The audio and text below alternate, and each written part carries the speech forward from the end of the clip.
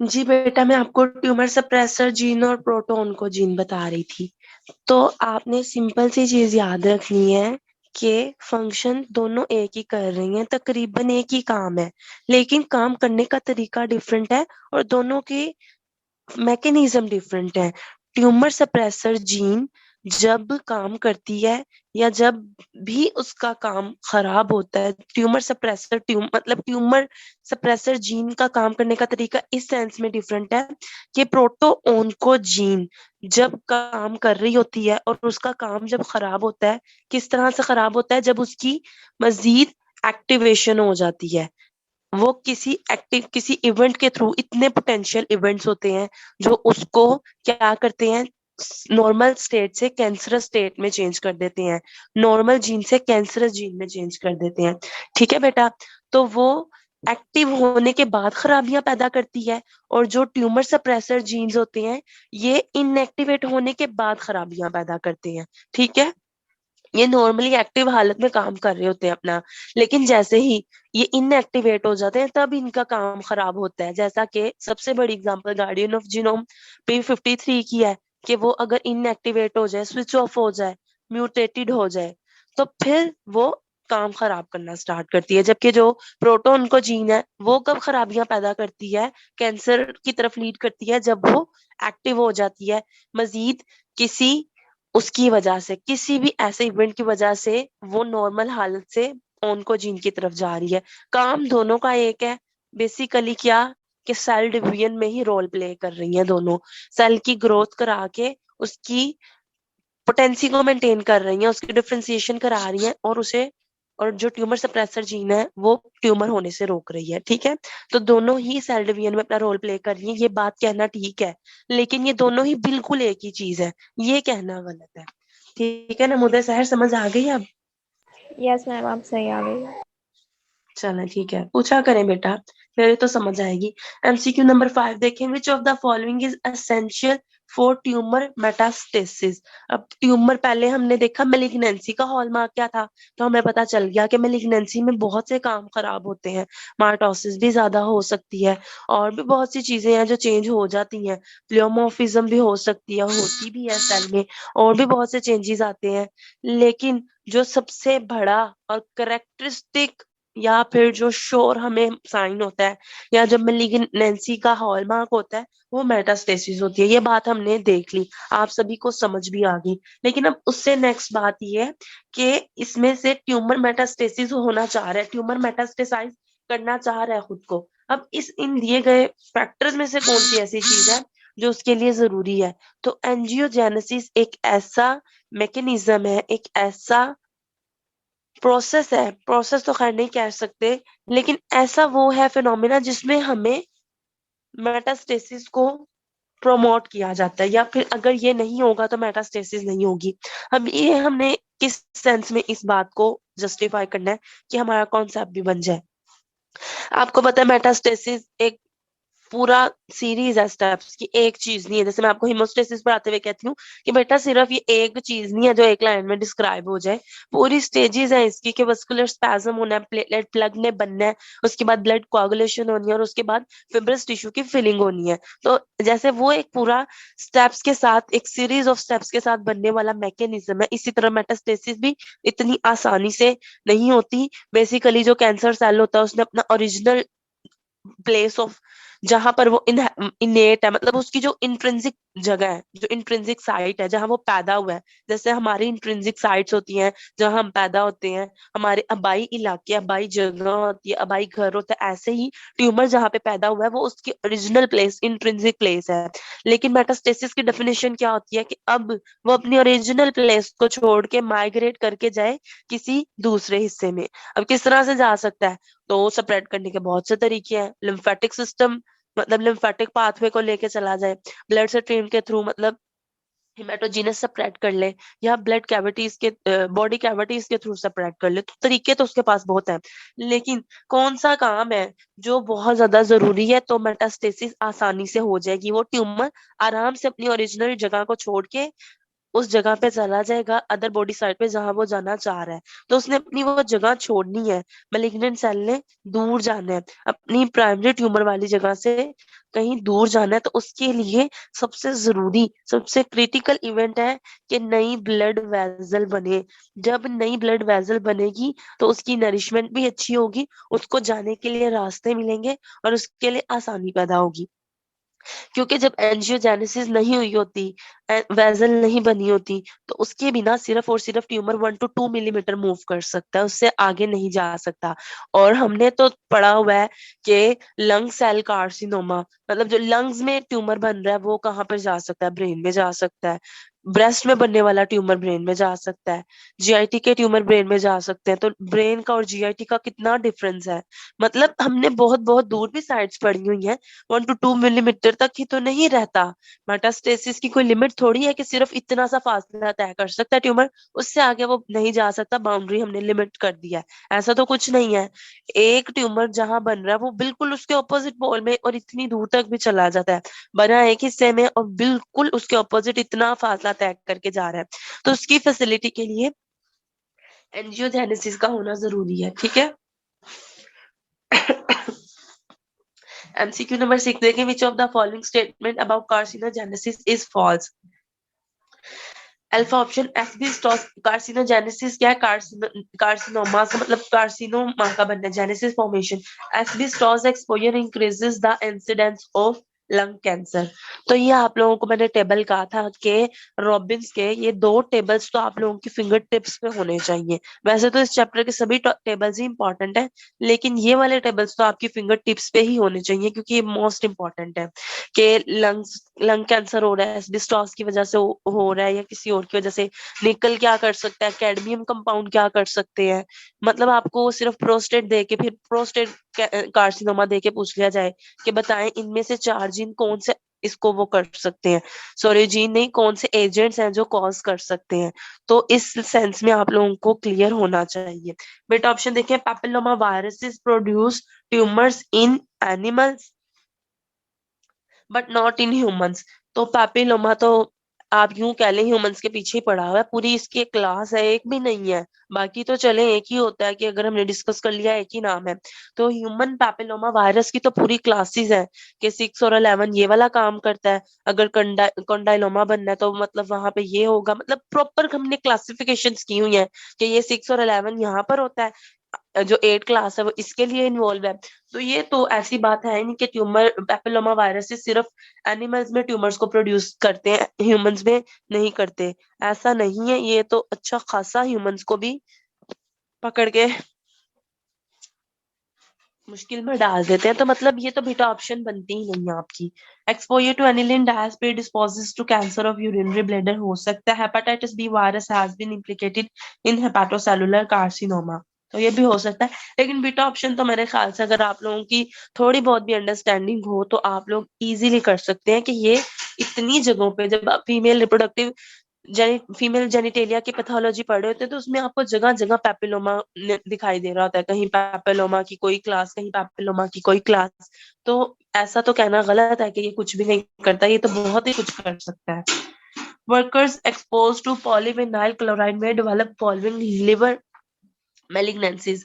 तो liver malignancies को कौन कर सकता है, तो या लिवर मेलिग्नेंसी की जो पॉलीविनाइल क्लोराइड है किस उसको कर सकता है, तो एंजियोसार्कोमा कॉज हो सकता है अगर पॉलीविनाइल क्लोराइड के साथ एक्सपोजर हो जाए। हेपेटोसेलुलर कार्सिनोमास हो सकते हैं अगर पॉलीविनाइल क्लोराइड के साथ एक्सपोजर हो जाए, यानी कि ये ऐसा एजेंट है, पूरा इनका ग्रुप है एजेंट्स का जो कि ये वाले कैंसर्स कॉज कर सकते हैं, ठीक है।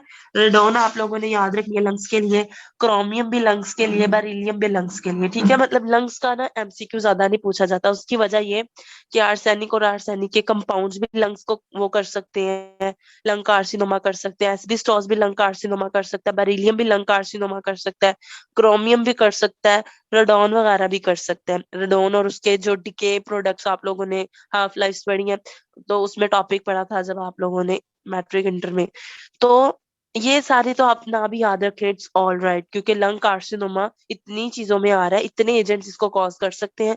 लेकिन जो स्पेसिफिक है, हॉजकिन लिम्फोमा आपको पता होना चाहिए, मेसोथेलियोमा आपको पता होना चाहिए, ल्यूकीमियास कौन कर सकता है, एंजियोसार्कोमा कौन कर सकता है, हिमेंजियोसार्कोमा कौन कर सकता है, ये आप लोगों को पता होना चाहिए।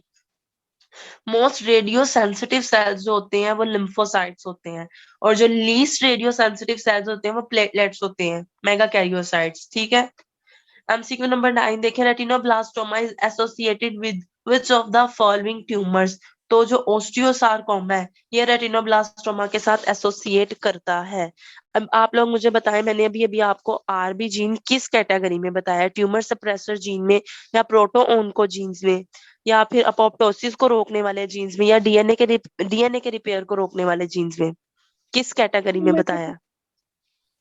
जी सप्रेसर, शाबाश, ट्यूमर सप्रेसर। ठीक हो गया बेटा। MCQ number 10, a 65 years old man complains of muscle weakness and dry cough for 4 months. He has smoked 2 packs of cigarette daily for 45 years. A chest X-ray show a 4 centimeter central left lung mass. Left lung में mass है 4 centimeter. 4 centimetre central lung mass है, lung में mass. अब आप लोगों को ये बात पता चल चुकी है। लैब स्टडीज जब की गई तो हाइपरग्लाइसीमिया और हाइपरटेंशन मिली। जब हमने ट्रांसब्रोंकियल बायोप्सी की तो हमें पता चला स्मॉल सेल कार्सिनोमा, मतलब small lung cell carcinoma. Metastasis जब कर गया वो लिवर में तो डिटेक्ट हुआ सीटी स्कैन से। ठीक है। Which of the following might account for development of hyperglycemia and hypertension in this patient? वो जो पेशेंट जिसके लंग में हमें मैस भी मिला था, वो 45 ईयर से स्मोकिंग भी कर रहा था, उसे कफ भी रहती है, कफ की कंप्लेन भी है, और मेटास्टेसिस वगैरह भी हुई है। वो जो कार्सिनोमा बना है वो मेटास्टेसाइज भी कर सकता है। अब हमें बताना है कि उसमें जो हाइपरग्लाइसीमिया हाइपरटेंशन रह रही है मुसलसल, वो किस वजह से रह रही है। क्या एड्रिनल मेटास्टेसिस हो गई है, क्या कोई पैरानियोप्लास्टिक सिंड्रोम है, क्या पिट्यूटरी एडिनोम है, क्या पिट्यूटरी मेटास्टेसिस है, या थ्रोम्बोसिस ऑफ रीनल आर्टरी है। जो बेसिकली आप लोगों के पैरानियोप्लास्टिक सिंड्रोम है ना, ये भी आप यूं कह लें टॉपिक ही है छोटा सा। इसका कॉन्सेप्ट आपका क्लियर होना चाहिए, क्योंकि ये आप लोगों के बहुत से एमसीक्यू को सॉल्व कराने में हेल्प करता है। जैसा कि बहुत सी एग्जांपल्स हैं आपकी जो डायरेक्टली पूछ ली जाती हैं कि किस सिंड्रोम में कैटेगराइज कर रहे हैं आप उन्हें, तो फिर आप पैरानियोप्लास्टिक सिंड्रोम कहते हैं। ये इंशाल्लाह कल के पास पेपर में मैं डिटेल से डिस्कस करूंगी। आज किया तो फिर भी कल भी तो करना है, तो इसलिए कल ही कर दूंगी। फिलहाल आप लोगों ने याद रखना है कि हाइपरग्लाइसीमिया हाइपरटेंशन जो ज्यादा उसमें हो रही है उसकी कॉज पैरानियोप्लास्टिक सिंड्रोम या बाकी कुछ भी नहीं। पिट्यूटरी मेटास्टेसिस, पिट्यूटरी एडिनोमा या एड्रिनल का एड्रिनल में मेटास्टेसिस हो गई है, ये चीजें उसे एज सच कुछ नहीं कह रही, उसके हाइपरग्लाइसीमिया हाइपरटेंशन को नहीं बढ़ा रही, थ्रोम्बोसिस भी इसमें कोई रोल प्ले नहीं कर रहा। तो ये प्रॉपर एक पैरानियोप्लास्टिक सिंड्रोम का ही सिनेरियो है। 45 years old woman presents with abdominal pain and vaginal bleeding। ठीक है, मतलब 45 years old woman है, लाइक एज मेनोपॉजल वुमेन है। ठीक है, मतलब मेनोपॉज हो चुका होगा अगर 45 years ओल्ड वुमेन है। एब्डोमिनल पेन है और वजाइनल ब्लीडिंग है। वैसे जो वेजाइनल ब्लीडिंग और एब्डोमिनल पेन है ना, ये कार्डिनल साइंस है एक्टोपिक प्रेगनेंसी की, ये बात आप लोग याद रख सकते हैं। वो बाय चांस ही यहाँ पर इस तरह से लिखा हुआ है जो कि एक्टोपिक प्रेगनेंसी के सिनेरियो में लिखा होता है। वैसे ना मैंने आपको उसका ऑप्शन दिया ना ही मैंने आपसे पूछा, लेकिन आप लोगों को पता होना चाहिए एब्डोमिनल पेन और वेजाइनल ब्लीडिंग एक्टोपिक प्रेगनेंसी के कार्डिनल साइंस होते हैं। जैसे मैंने आपको आपकी इन्फ्लामेशन के 5 कार्डिनल साइंस पढ़ाए हैं। अभी एक्टोपिक प्रेगनेंसी क्या होती है? नॉर्मल प्रेगनेंसी, या यूं कह लें जो नॉर्मल लोकेशन है, जो नॉर्मल साइट है कि कहाँ पर फिटस ने, या जो मैस स्टार्टिंग में बनेगा, स्टार्टिंग में तो मैस ही होता है, कुछ भी नहीं होता। आहिस्ता आहिस्ता ही बनता है एम्ब्रियो जाइगोट, फिर आहिस्ता आहिस्ता ही बेबी डेवलपमेंट होती है। तो वो जो मैस है, या यूं कह लें कि वो जो फिटस है, 3 मंथ्स कह लें, 3 मंथ्स का वो है, स्टार्ट हो चुका है। तो 3 मंथ्स फीटस है या फिर मैस है, वो पड़ा कहाँ पर होता है? यूट्रस की मायोमीट्रियम में। यूट्रस की भी 3 लेयर्स होती हैं आपके पास, मैंने आपको पढ़ाई हुई है तीनों। तो यूट्रस की मायोमीट्रियम में लोकेशन बिल्कुल ठीक है, लेकिन अगर किसी भी वजह से मल्टीपल कॉजेज और मल्टीपल एटियोलॉजीज हैं, वो ये कॉज कर दें कि जो वो फीटस था उसकी लोकेशन इधर उधर हो जाए। इधर उधर से क्या मुराद है कि मायोमीट्रियम में ना हो, वो यूट्रस के मायोमीट्रियम की बजाय या ओवरीज में या फिर कहीं इधर उधर, ठीक है। ओवरीज मतलब ओवेरियन ट्यूब्स में, फ्लोपियन ट्यूब्स जिन्हें हम कहते हैं, यूटेराइन ट्यूब्स, या वहां पर इम्प्लांट हो जाए, या फिर उसके इर्द गिर्द किसी और जगह पे इम्प्लांट हो जाए।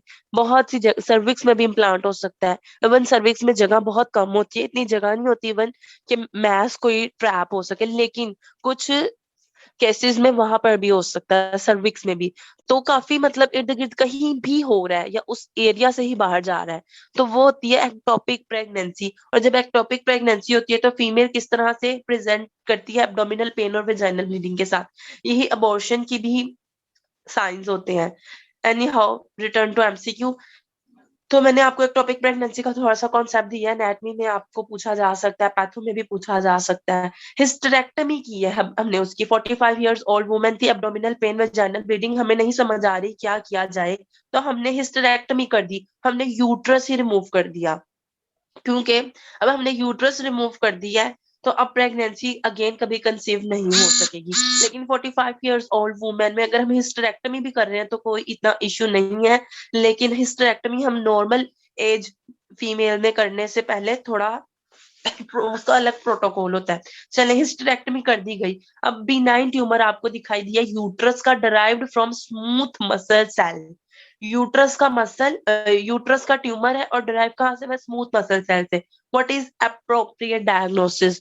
तो बेटा इतनी आसान सी बात पूछी गई है, इतनी आसान सी, आपसे सिर्फ और सिर्फ पूछा गया है कि स्मूथ मसल सेल से अराइज होने वाले कार्सिनोमा को, स्मूथ मसल सेल से अराइज होने वाले ट्यूमर को, कैंसर को हम क्या कहते हैं। और कोई बात आपके काम की नहीं थी कि क्या क्या हो रहा था फीमेल को, आपने किया क्या, हिस्टेरेक्टमी की और उसके बाद मिला क्या। आपने बस ये बताना है कि यूट्रस से जो ड्राइव हुआ स्मूथ मसल सेल से ट्यूमर वो क्या है। तो आप लोगों को पता है कि अगर स्मूथ मसल्स के ट्यूमर होते हैं तो हम उन्हें कहते हैं लियोमायोमा और लियोमायोसार्कोमा। अगर वो बिनाइन है तो लियोमायोमा, और अगर वो मेलिग्नेंट है तो लियोमायोसार्कोमा। अभी आप लोगों को बताया जा चुका है and shows a B9 tumour. Line देखें, सेकंड लाइन देखें, sentence second, hysterectomy is performed and shows a B9 tumour. तो मैंने आपको सिंपल पूछा स्मूथ मसल का और B9 कैटेगरी का, तो आप मुझे बता दें कि ये लियोमायोमा है। ठीक है, लियोमायोसार्कोमा नहीं हो सकता, मैलिग्नेंट नहीं पूछा मैंने आपसे। रेब्डोमायोमा नहीं हो सकता क्योंकि मैंने आपसे स्ट्राइएटेड मसल्स का नहीं पूछा। हॉलमार्क ऑफ मैलिग्नेंट सेल का हॉलमार्क क्या होता है कि उसमें डिफरेंशिएशन की कमी हो, उसमें मैलिग्नेंसी आ चुकी हो, वो मेटास्टेसाइज कर चुका हो या मेटास्टेसाइज कर रहा हो। मेटास्टेसाइज करेगा या मैलिग्नेंट होगा तो उसमें डिफरेंशिएशन बहुत पुअर होगी। उसके ऑपोजिट B9 जो होता है उसकी डिफरेंशिएशन बहुत अच्छी होती है। Which of the following is true about tumour? B9 tumour, ये मैं आपसे डिस्कस कर चुकी हूँ। B9 tumour metastasise to distant organs, जी नहीं, वो मेटास्टेसाइज नहीं करते, मेटास्टेसिस नहीं करते। B9 tumours are non capsulated, जी नहीं। B9 tumours are uncapsulated, yes. B9 tumours, जब मैंने आपको कहा है कि वेल डिमार्केटेड है, उनकी बाउंड्रीज कन्फाइंड है, उनकी बाउंड्रीज मतलब हमने डिसाइड की हुई है, बहुत ज्यादा प्यारी है, मतलब कि कन्फाइंड है और कॉम्पैक्ट है। तो इस बात का मतलब यही था कि वो कैप्सूलेटेड है। मैंने आपको जब ये बात बताई तो आपको फौरन से पता चल जाना चाहिए था कि मैं क्या कहना चाह रही हूँ। मैं कहना चाह रही थी कि ये अनकैप्सूलेटेड होते हैं।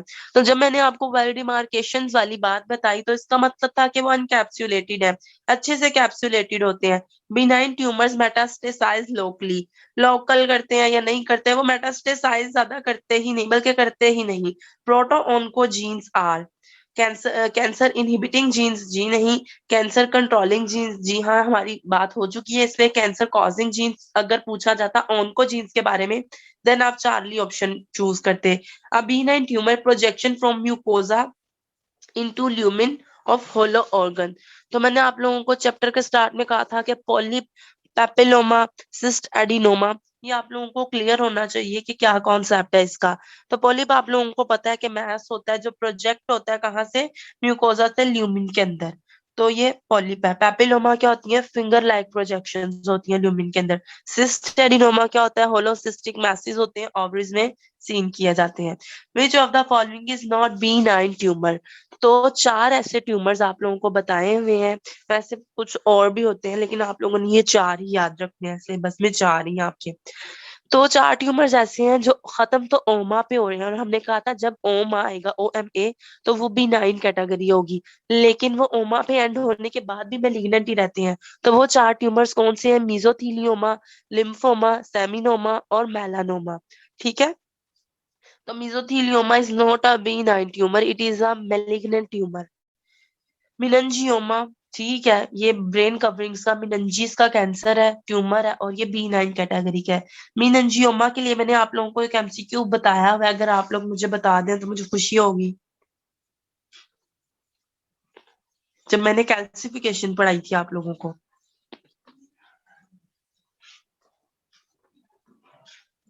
जी बेटा, किसी को नहीं याद?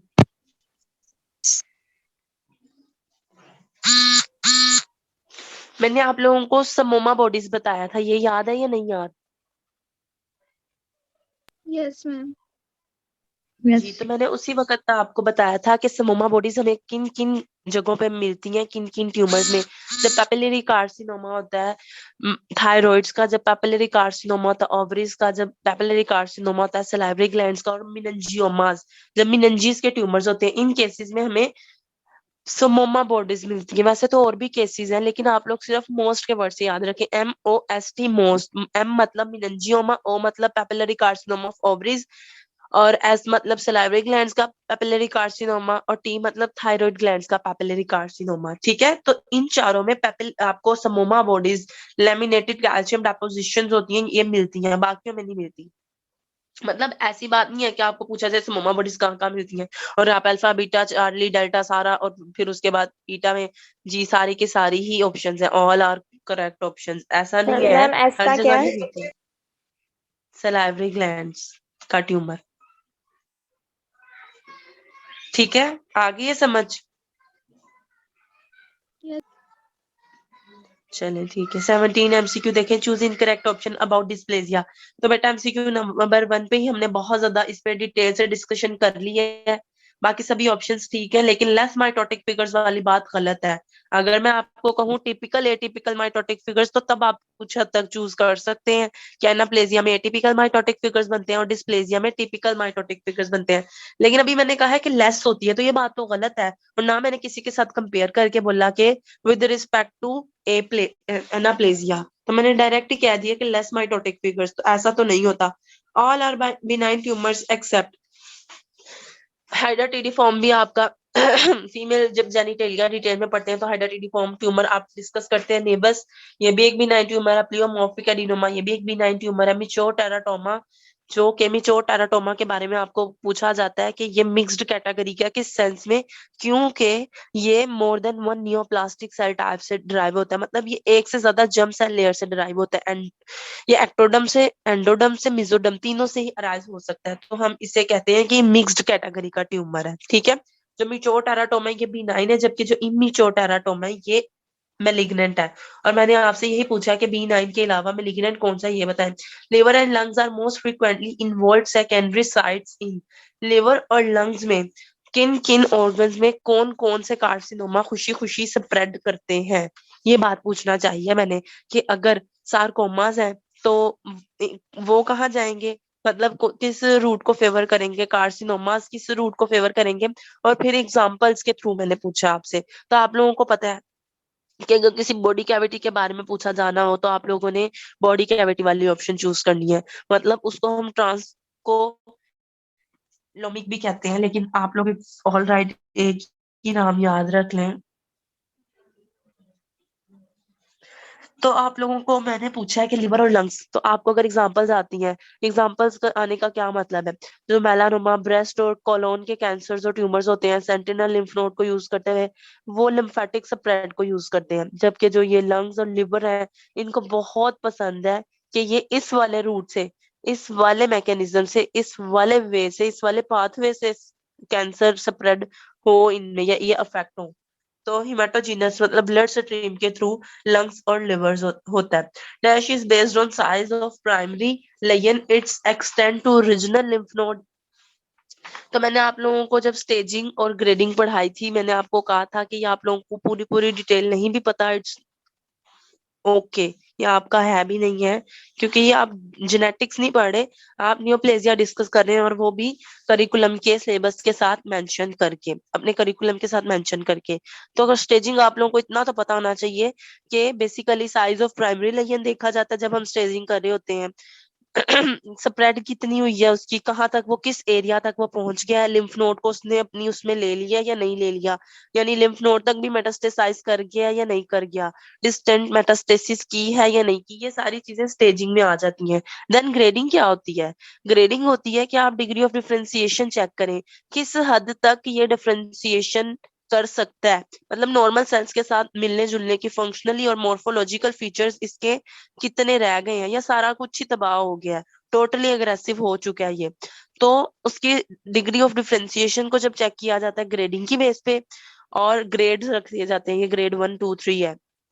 जैसे आपका जो ग्लायोमा है, ग्लायोमास में आपके एस्ट्रोसाइट्स के ट्यूमर्स आ जाते हैं, एस्ट्रोसाइटोमा। एस्ट्रोसाइटोमा के हमने 4 ग्रेड्स बनाए होते हैं कि ये ग्रेड 1 है, ग्रेड 2 है, ग्रेड 3 है, 4 है। जो ग्रेड 1 होगा उसमें ज्यादा मसला नहीं होगा, माइटोसिस भी कम होगी, नेक्रोसिस भी नहीं होगी, 2 में माइटोसिस होगी, नेक्रोसिस होगी। 3 जो है उसको हम एनाप्लास्टिक एस्ट्रोसाइटोमा कहते हैं। उसकी क्या वजह है? क्योंकि उसमें एनाप्लेजिया भी हो जाएगा।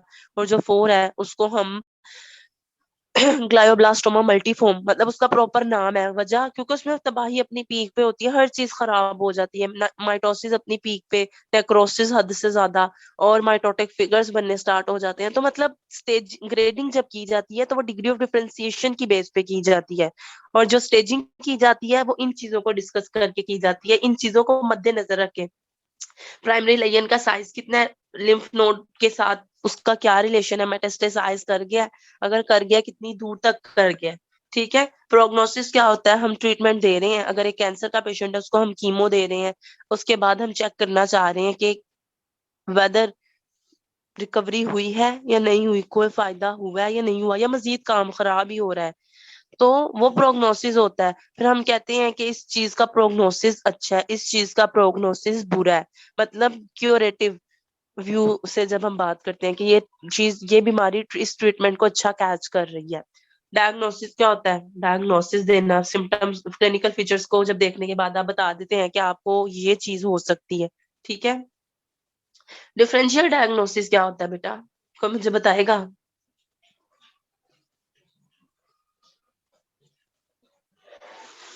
डिफरेंशियल डायग्नोसिस होता है कि जब आपको एक बीमारी तो है लेकिन डॉक्टर को पता नहीं चल रहा, यानी कि आप भी टेक्नोलॉजिस्ट है, आपको भी लाइक एस गेस करने के लिए कहा गया कि ये देखें और बताएं। अपेंडिक्स का सपोज करें कोई मसला है, तो अब एक इंसान को लग रहा है अपेंडिसाइटिस है, और दूसरा कह रहा है नहीं नहीं ये सेल्फिंजाइटिस है, यूटेराइन ट्यूब्स की इन्फ्लामेशन है। एक कह रहा है नहीं ये अपेंडिक्स की इन्फ्लामेशन है, और तीसरा कुछ और ही कह रहा है, ठीक है। या फिर यूं देख कह लें कि ALL का पेशेंट है, एक्यूट लिम्फोब्लास्टिक ल्यूकीमिया का पेशेंट है, और एक इंसान कह रहा है कि ये ए प्लास्टिक एनीमिया है, एक कह रहा है